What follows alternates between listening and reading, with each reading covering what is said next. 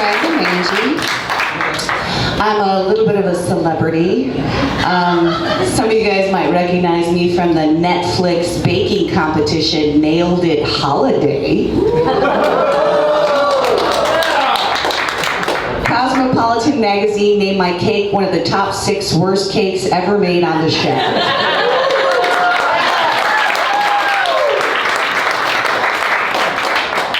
I have fans. They're mostly 9-year-old girls and a couple of creepy guys on Twitter. They're like into cake stuff or whatever. So one of these girls came up to me on the playground and she was like, "Do you like baking?" And I said, "Mm-hmm.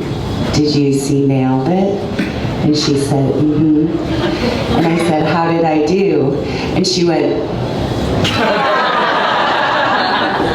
and I said, "Do you want a picture?" And she said, "You didn't win."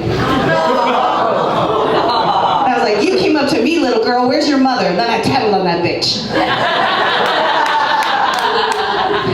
But I'm not actually a very confrontational person. I'm not a fighter. I mean, look at me, I'm Midwest hot, Wisconsin 10, I know my place in the world. But I'm not even strong enough to push my thumb through the aluminum foil on the NyQuil.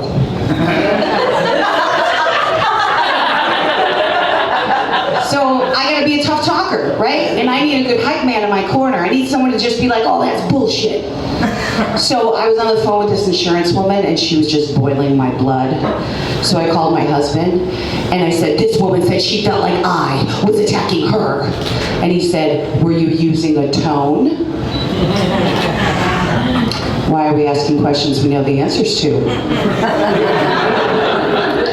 Of course I was using a tone, I'm a white woman. So I called up my sister Tony, and I said, "This woman said she felt like I was attacking her." And she goes, "Fucking cunt, what's her name?" Hi, man, right? Now, see, if we were younger and I said to her, like, "What's her name?" that means, like, I'm gonna go pick a fight. But if my sister today says, "What's her name?" that means we're gonna put that bitch's name into Facebook and ruin her life in a different way. Oh, man. So, you know how we used to be like okay with certain things and like now we're not? Like, we used to call tank tops wife beaters. There's a man out there in America digging through his underwear drawer like, "Babe, I can't find my wife beater. Gotta get into costume before I start my day." Oh, we called them Dago tees? Yeah. Yeah. Oh, I'm Italian. Any other paisans here? Yeah? Oh man, we don't normally like to identify ourselves in crowds. Just ask JFK. My people killed Jesus too. Romans in the house.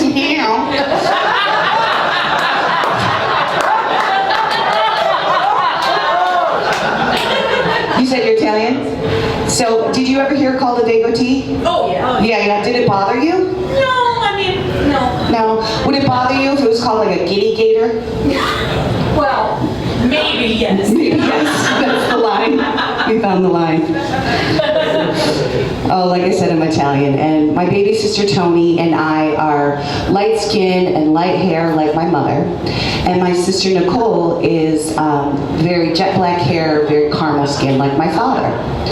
So we were at the Kmart, and I was like chonking down on a huge dill pickle because it was the 80s, and that's what you did in Kmart. And this woman kneeled down to my sister and she said, "Is this your mother?" And my mother said, "Excuse me?"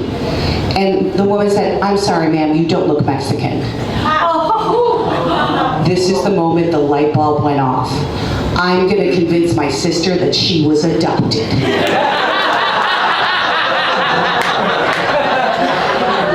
So we had this like display birth certificate on the wall like you get at the grocery store, and it has like the little ink baby feet and a little picture and says how much you weigh and how long you were, and you put it in a frame, you throw it on the wall.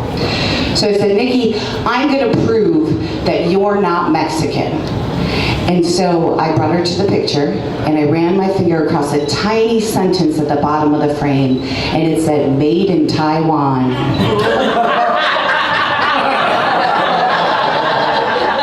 And I said, "You were made in Taiwan." Taiwan. That's a legal document. She started freaking out. She was like, my real family's gonna come for me. My real family's gonna come for me. My mother opened up an Encyclopedia Britannica and she pointed to a picture of a Taiwanese person. She said, see, look, you don't look like this. You don't look like this. And my sister still didn't believe her. She was like, I could see it. My 12-year-old took out a Tinder account on her friend's phone. No. I said, let me see the profile. First of all, the profile picture was Keira Knightley. I said, do you know who this is? And she said, she's pretty. So my 12-year-old was catfishing people on Tinder as Keira Knightley under the alias Sheila. And I said, why Sheila? And she said, it sounded more adult. Here's what the profile said. This girly pop slay. No sad boys, no sips, bet. I said, I don't think that's how adults talk. I don't know, because I have never been on a dating app. When my husband and I started dating, he left me messages on my answering machine. You know how hard it is to get a dick pic off an answering machine? I had this thought the other day. What would be a 90s equivalent of like an unsolicited dick pic? It would just be a guy holding like a bunch of Polaroids of his dick and he's like, look at this!